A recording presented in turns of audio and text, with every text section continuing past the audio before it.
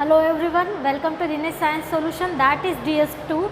We have started our class 12th reproduction in organism chapter. We have seen asexual type of reproduction in plants as well as animals. Now we are going to see sexual reproduction. ठीक है, इसका brief हमने कल कुछ last lecture में कुछ देखा था. ठीक है, तो हमने लास्ट लेक्चर में क्या देखा था, कुछ बेसिक प्रोसेसेस है. ठीक है, सेक्सुअल रिप्रोडक्शन में ऑर्गेनिज्म कोई भी हो, लोअर ऑर्गेनिज्म हो, हायर ऑर्गेनिज्म हो, प्लांट्स हो, तो उसका एक बेसिक क्या है, प्रोसेस है. क्या होता है, male gamete plus female gamete fuse होके फर्टिलाइजेशन होके जाइगोट बनता है. ठीक है, मेल गैमेट जो कि हैप्लॉइड होता है, फीमेल गैमेट जो कि हैप्लॉइड होता है, और जो जाइगोट बनेगा वो डिप्लॉइड होता है. ठीक है, ये बेसिक प्रोसेस है किसी भी ऑर्गेनिज्म में. सेक्सुअल रिप्रोडक्शन अगर आया तो ये होगा ही. ठीक है, अब इसके पहले कुछ इवेंट्स होते हैं, ये हमने देखा था. क्या था, प्री फर्टिलाइजेशन इवेंट,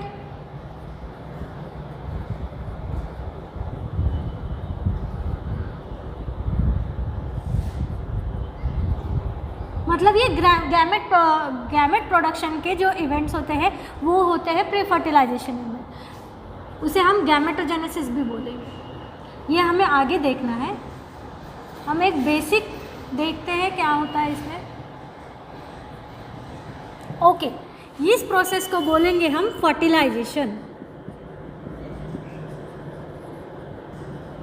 और पोस्ट फर्टिलाइजेशन, आफ्टर फर्टिलाइजेशन की जो इवेंट्स होंगी, जो प्रोसेसेस होंगी, वो होगी पोस्ट फर्टिलाइजेशन, जिसमें आएगा एम्ब्रियोजेनेसिस. ठीक है, तो ये हो गया हमारा सेक्सुअल रिप्रोडक्शन.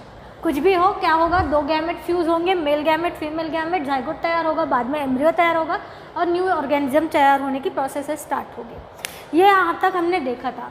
हमने कल प्लांट्स में देखा था. प्लांट्स में जो लाइफ, जैसे हमने लाइफ स्पैन देखा था, सेनेसेंट फेज है, रिप्रोडक्टिव फेज है और वेजिटेटिव फेज है. ये सारे फेजेस जो होती हैं प्लांट में वेरीफाई नहीं होती है, डिफाइंड नहीं होती है कुछ प्लांट्स में, लेकिन एनुअल प्लांट्स में एंड बाइनियल प्लांट्स में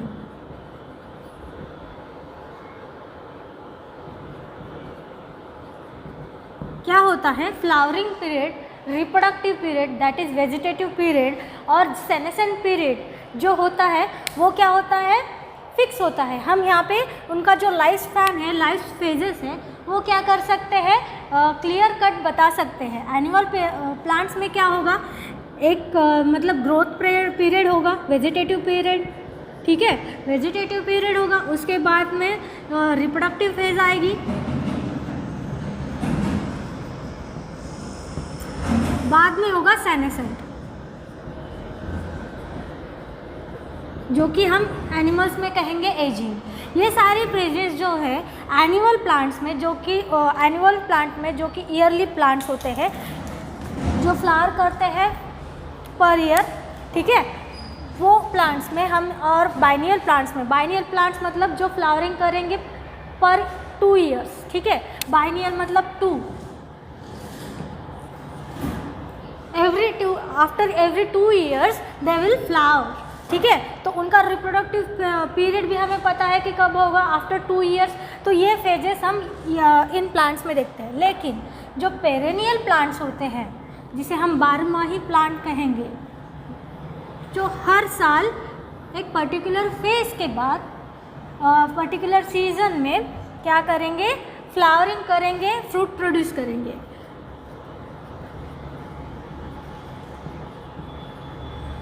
ठीक है, तो ये क्या होगा, पेरेनियल प्लांट्स में हमने देखा था, क्या देखा कि हर एक सीज़न में वो फ्लावरिंग करेंगे. और ये जो पेरेनियल प्लांट होते हैं उनका लाइफ स्पैन भी बहुत लॉन्ग होता है. जैसे एग्जांपल बैम्बू प्लांट. ठीक है, बैम्बू प्लांट का life span almost 50 to 60 years होता है, लेकिन इनका जो फ्लावरिंग पीरियड है वो उनके पूरे लाइफ स्पैन में एक ही बार होता है, एक ही बार फ्लावर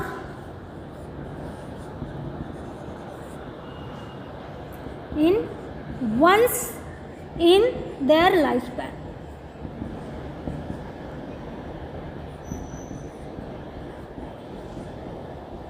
ठीक है, तो हम क्या नहीं कर सकते, ये वैरी करता है प्लांट्स में। ठीक है, पेरेनियल प्लांट्स में पर्टिकुलरली ये वैरी करता है। कुछ प्लांट सीजनल होते हैं, कुछ प्लांट का फ्लावरिंग पीरियड कुछ लॉन्ग ड्यूरेशन का होता है, जैसे कि 6 ईयर्स का, 12 ईयर्स का। ठीक है, तो ये सारे जो प्लांट्स होते हैं ये वैरी करते हैं।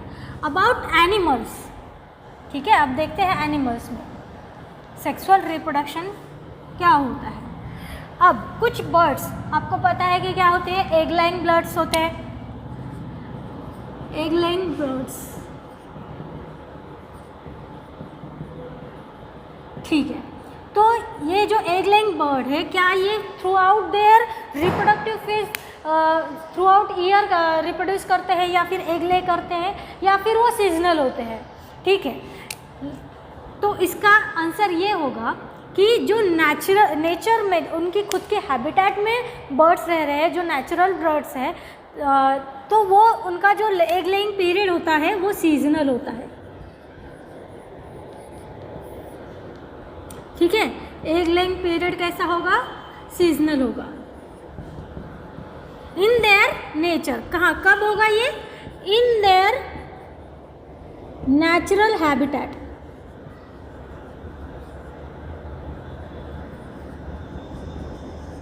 ठीक है, जो फॉरेस्ट बर्ड्स होते हैं, जो वाइल्ड बर्ड्स होते हैं, तो वो क्या करते हैं, जो उनका रिप्रोडक्टिव फेज है, तो वो क्या करते हैं, वो थ्रू आउट ईयर क्या नहीं करते हैं, एग ले नहीं करते, लेकिन वो वो कुछ सीजन्स में एग ले करते हैं। तो इसमें एक्सेप्शंस हम देखेंगे, पोल्ट्री फार्म है।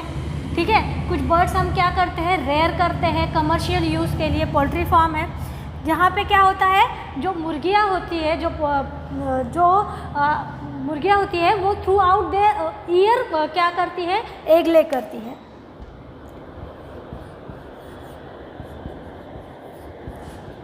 पोल्ट्री फार्म्स में क्यों, क्योंकि वो इंड्यूस्ड होती है एक्सटर्नल हार्मोन से। ठीक है, उन्हें इंजेक्ट किया जाता है एक्सटर्नल हार्मोन से, और वो क्या करती है, पूरे ईयर में एग लेग के प्रोसेस करती है उनके रिप्रोडक्टिव फेज में। ठीक है, तो ये हुआ कमर्शियल यूज़ के लिए, एक कमर्शियल एक्सप्लॉयटेशन होता है। लेकिन अगर ये जो पोल्ट्री है या फिर हेन्स है, वो अगर नेचर में रहे, उनके नेचुरल हैबिटेट में रहे, तो वो क्या होती है, सीजनल ब्रीडर्स होती है। ठीक है, तो यहाँ तक हमें पता चला। अब ये हो गए बर्ड्स के बारे में, एग लेइंग बर्ड्स के बारे में। ठीक है, अब जो प्राइमेट्स है और नॉन प्राइमेट्स है, हायर मैमल्स है, ठीक है, प्लासेंटल मैमल्स। ठीक है, ये वर्ड है एनसीईआरटी में, प्लासेंटल मैमल्स के बारे में देखते हैं। अब ये क्या है प्लासेंटल मैमल? मैमल सबको पता है, मैमरी ग्लैंड हैविंग एनिमल्स। ठीक है, प्लासेंटल मैमल्स मतलब क्या? ठीक है, ह्यूमन बीइंग का एग्जांपल देखते हैं। जब बेबी ग्रो होता है मदर वूम में, ठीक है, ह्यूमन मदर वूम में जब बेबी ग्रो होता है तो वो कनेक्टेड होता है मदर की वूम से बाय प्लासेंटा। ठीक है, उनकी नाभि से एक प्लासेंटा, एक ट्यूब क्या करती है, कनेक्टेड होती है मदर टूम से।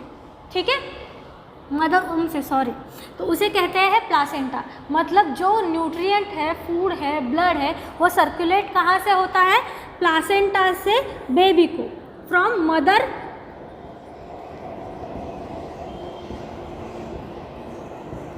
To foetus. ठीक है, ये जो है सारे न्यूट्रिएंट्स है, ब्लड है, ये सारा फ्लो जो न्यूट्रिएंट मदर से फीटस को जाता है वो प्लासेंटा से जाता है, उन्हें कहेंगे प्लासेंटल एनिमल्स। ठीक है, हाँ, अब ये जो प्लासेंटल मैमल्स है उनमें क्या होता है, 2 टाइप्स के होते हैं। ठीक है, नॉन प्राइमेट्स एंड प्राइमेट्स। तो होता है, साइक्लिक चेंजेस होती है। क्या होती है? Cyclic changes. Cyclic changes in ovary hormones, ovary hormones and accessory ducts.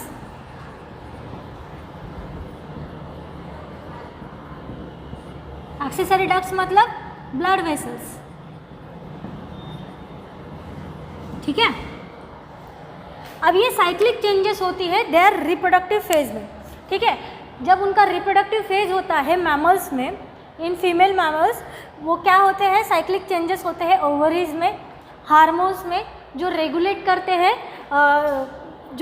करते हैं ओवरी के चेंजेस, ये साइक्लिक चेंजेस और रिप्रोडक्टिव चेंजेस, ठीक है। तो ये जो चेंजेस है, ये जो साइक्लिक चेंजेस है, इन्हें नॉन प्राइमेट्स में कहा जाता है ओएस्ट्रस साइकिल, और प्राइमेट्स में कहा जाता है मेंस्ट्रुअल साइकिल।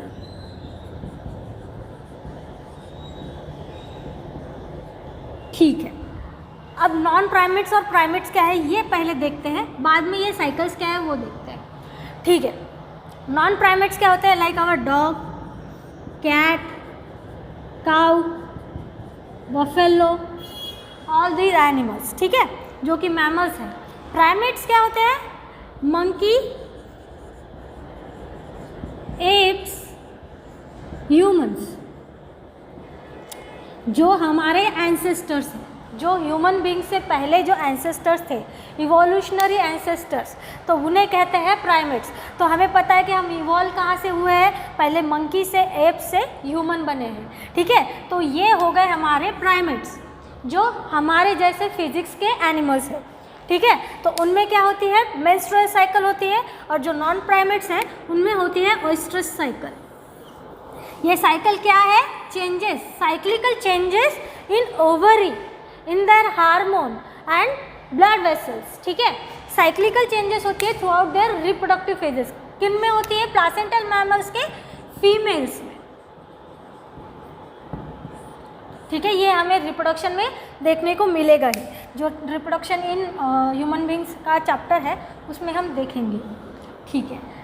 तो ये हुई मैमल्स के बारे में बात। ओएस्ट्रस cycle and menstrual cycle. Ovaries में एग फॉर्मेशन की चेंजेस होते हैं। क्या होते हैं? एग फॉर्मेशन में एग फॉर्मेशन होता है और ब्लड वेसल्स के तैयार होते हैं और ब्रेक होते हैं। उन सारे इवेंट्स को, उन सारे चेंजेस को ये साइक्लिक फॉर्म में होते हैं, तो उन्हें क्या कहेंगे? ओएस्ट्रस साइकिल और menstrual cycle, depend on the mammal.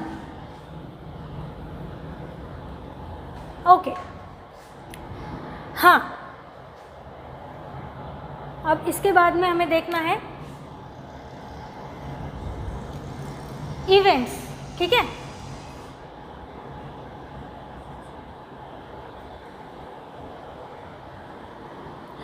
हाँ, ये जो हार्मोन्स है वो सारे reproductive changes and transition in life phases controlled by hormones. जैसे हमें पता है रिप्रोडक्टिव फेज के बाद में क्या आती है? एजिंग, ठीक है। हमने सबसे पहले लेक्चर में देखा था रिप्रोडक्टिव फेज के बाद में आता है नॉन रिप्रोडक्टिव फेज, जिसे हम एजिंग कहते हैं, और उसके बाद में क्या होता है? डेथ होती है। इस तरीके से लाइफ स्पैन ख़त्म होता है, ठीक है। ये जो एजिंग है ये क्या होता है? Ageing in animals and senescent in plants, ठीक है। ये हमें पता है क्योंकि हमने ये फर्स्ट लेक्चर में देखा था। रिप्रोडक्टिव फेज के बाद में आएगी एजिंग और उसके बाद में डेथ होगी। तो ये जो ट्रांजिशन है, ठीक है। प्री रिप्रोडक्टिव से रिप्रोडक्टिव से एजिंग और बाद में जो डेथ होती है, ये जो लाइफ के चेंजेस होते हैं, लाइफ के फेजेस के चेंजेस होते हैं, ये ट्रांजिशन कौन कंट्रोल करता है? हार्मोन्स। ठीक है, आपने एंडोक्राइन सिस्टम में ये पढ़ा होगा। हार्मोन्स क्या होते हैं? Organic chemical like substances produces bye brain, ठीक है, पार्ट ऑफ ब्रेन, ठीक है, produces by part of brain like pituitary gland.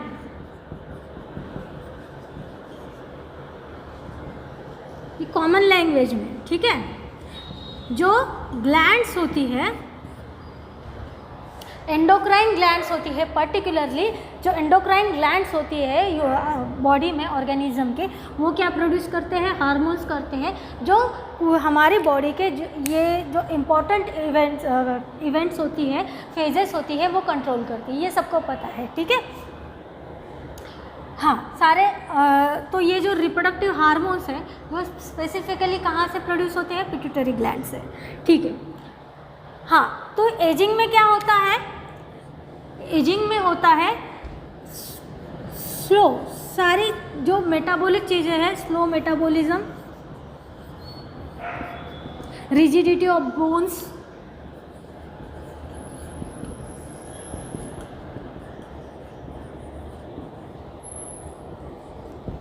Reproduction पूरी तरीके से स्टॉप हो जाता है, ठीक है, एक फॉर्मेशन स्टॉप हो जाता है, तो ये होती है एजिंग, ठीक है। तो ये सारे लाइफ स्टेजेस कौन कंट्रोल करता है? हार्मोन्स। इसके बाद में हम इवेंट्स देखेंगे, रिप्रोडक्टिव इवेंट्स जो हमने यहाँ पे लिखे हुए हैं।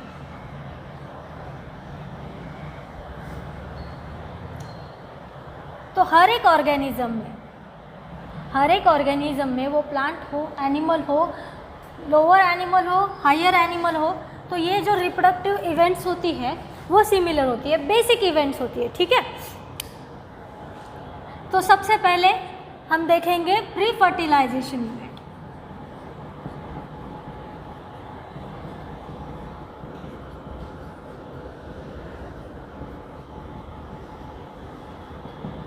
ओके, अब ये प्री फर्टिलाइजेशन इवेंट क्या होती है? हमने अभी क्या देखा? इसमें होगा गैमेटोजेनेसिस, ठीक है, इसमें होगा गैमेटोजेनेसिस और सेल डिवीजन। गैमेटोजेनेसिस होगा, सेल डिवीजन होगा, और क्या है? हाँ, gametogenesis, cell division and sexual forms होंगे। तो सबसे पहले देखते हैं गैमेटोजेनेसिस।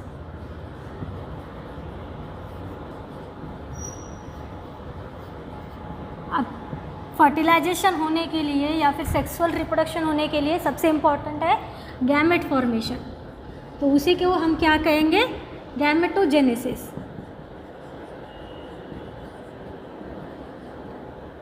ठीक है, अब ये जो गैमेट होते हैं ये हैप्लॉइड होते हैं, हमें सभी को पता है, क्योंकि ठीक है, क्या अगर डिप्लॉयड एनिमल है, ठीक है, कोई भी एनिमल अगर डिप्लॉयड है जैसे हम, तो उनका अगर डिप्लॉयड सेल फ्यूज होगा, ठीक है, तो वो टेट्राप्लॉयड एनिमल बनेगा, हमारे जैसा एनिमल नहीं बनेगा। इसीलिए ये जो गैमेट्स हैं फ्यूज होने के लिए हैप्लॉयड होना बहुत ज़रूरी है, तब जाके diploid age like us new organism तैयार होगा, ठीक है। तो गैमेटोजेनेसिस का मतलब है गैमेट फॉर्मेशन। अब गैमेट के जो शेप्स है, ठीक है, गैमेट के जो शेप्स है वो वैरी करते हैं कुछ इंडिविजुअल्स में, कुछ ऑर्गेनिजम्स में, लाइक सम अल्गीज, ठीक है। तो गैमेट के जो शेप्स है वो टू टाइप्स के होते हैं, होमोगैमस और isogamous. And second one heterogamous. अब होमो का मतलब सिमिलर, ठीक है, आइसो का मतलब सिमिलर। जो male gamete and female gamete similar looking है, ठीक है, कुछ अल्गीज में,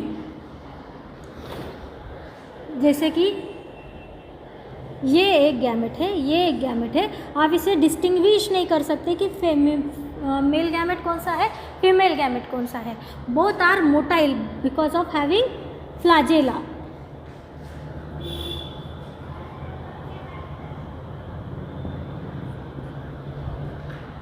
ठीक है, तो ये हुए होमोगैमस और आइसोगैमस गैमेट्स। ठीक है, ये algae, some algae shows this kind of gametes. ठीक है, हेट्रोगैमस अलगीज शो हेट्रोगैमस ऑल्सो। ठीक है, जैसे कि फ्यूकस, ये हुआ फीमेल गैमेट। ठीक है, जो लार्ज वन है वो हुआ फीमेल गैमेट, और एक स्मॉल छोटा सा मोटाइल गैमेट होता है दैट इज मेल गैमेट। ये ऐसे शेप्स में और साइजेस में वेरी करते हैं, इसीलिए उनको हेटेरोगैमस बोला जाता है। तो ये अलगी, कुछ अलगी जैसे कि फ्यूकस ये शो करते हैं। ह्यूमन बींग्स, अब ह्यूमन बींग्स के गैमेट्स के साइजेस भी वेरी करते हैं। देखते हैं, जो ओवम होता है, फीमेल ओवम या एग, वो लार्ज सर्कुलर होता है, नॉन मोटाइल होता है। और जो स्पर्म होता है वो लॉन्ग, फ्लैजेलेटेड एंड क्या है, मोटाइल होता है। तो इसे एग और ओवम भी बोला जाता है, और इसे स्पर्म और एंथ्राजॉइड भी बोला जाता है। ठीक है, क्योंकि एंथर ये मेल पार्ट होता है प्लांट में, आपको पता है प्लांट्स के जो फ्लावर होते हैं, एंथर क्या होता है, मेल पार्ट होता है, मेल रिप्रोडक्टिव पार्ट होता है, उसी से ये नाम डिस्कवर किया है एंथेरोजॉइड। ठीक है, तो ये है गैमेट्स के साइजेस जो वैरी करते हैं, होमोगैमस और आइसोगैमस और हेटेरोगैमस। ठीक है, यहाँ तक आई होप समझ में आया सभी को। तो ये हो गए शेप्स।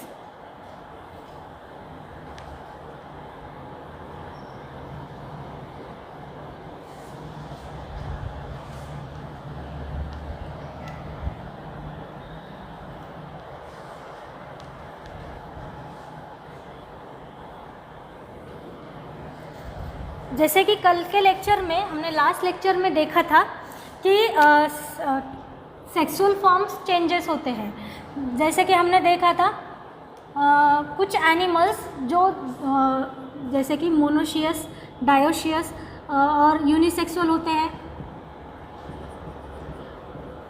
कुछ ऑर्गेनिज्म यूनिसेक्सुअल होते हैं। मतलब क्या होता है, female and male are different. ठीक है, जो फीमेल गैमेट और मेल गैमेट होता है वो डिफरेंट बॉडीज़ में प्रोड्यूस होता है, उसे हम क्या कहते हैं, यूनिसेक्सुअल। ठीक है, अब बाइसेक्सुअल क्या होता है, कुछ लोअर ऑर्गेनिज्म जो होते हैं वो उनमें male gamete and female gamete खुद ही प्रोड्यूस करते हैं।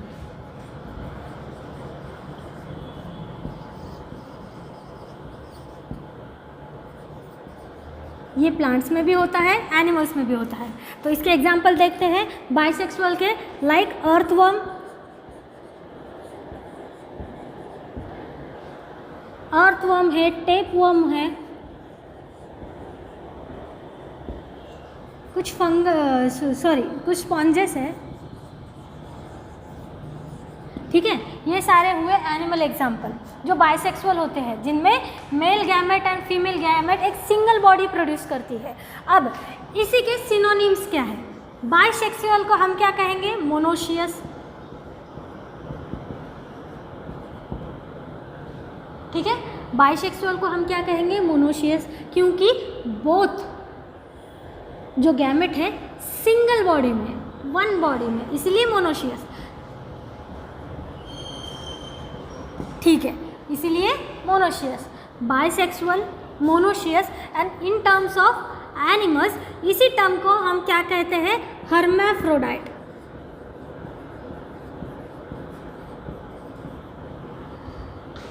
हर्माफ्रोडाइट। ओके, ये सारे टर्मिनोलॉजीज हमने कल देखे थे। तो ये क्या है, सेक्सुअल क्या है, सेक्सुअल फॉर्म्स है, ठीक है। अब प्लांट्स में हमने देखा था कि बाइसेक्सुअल का एग्जाम्पल पपाया, कॉटन, ठीक है।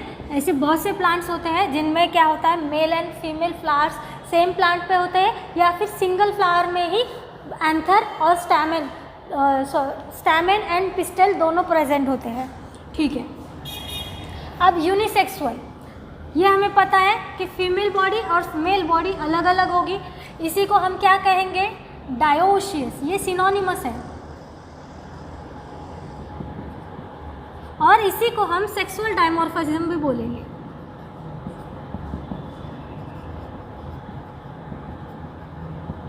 सेक्सुअल डायमॉर्फिज्म भी बोलेंगे, ठीक है। जैसे कि एग्जांपल कोकोनट, मैंगो होगा बाइसेक्सुअल का एग्जांपल, कोकोनट है, डेट प्लांट है, ये इसके एग्जाम्पल हुए। आपको एग्जाम्पल लर्न करने हैं, ठीक है। आपको अगर ये सारी ये सारे नाम जो है या फिर ये सारी चीज़ें जो है मेमोराइज नहीं हो रही है, कोई बात नहीं है, लेकिन आपको ये कंसेप्ट क्लियर होने चाहिए, ठीक है। तो आपको सबसे ज़्यादा फोकस कहाँ करना है, कंसेप्ट्स में।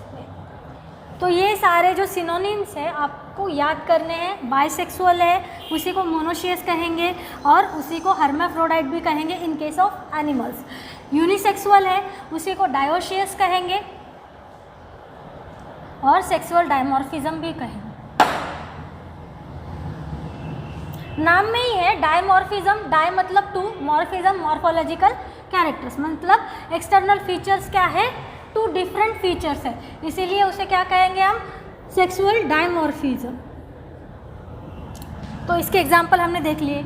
अब देखते हैं गैमेटोजेनेसिस में cell division. Some organisms are diploid, some organisms are haploid, लेकिन गैमेट्स आर ऑलवेज हैप्लॉयड, ठीक है। तो ये गैमेट्स कैसे फॉर्म होते हैं हम वो नेक्स्ट लेक्चर में देखेंगे। Thank you so much.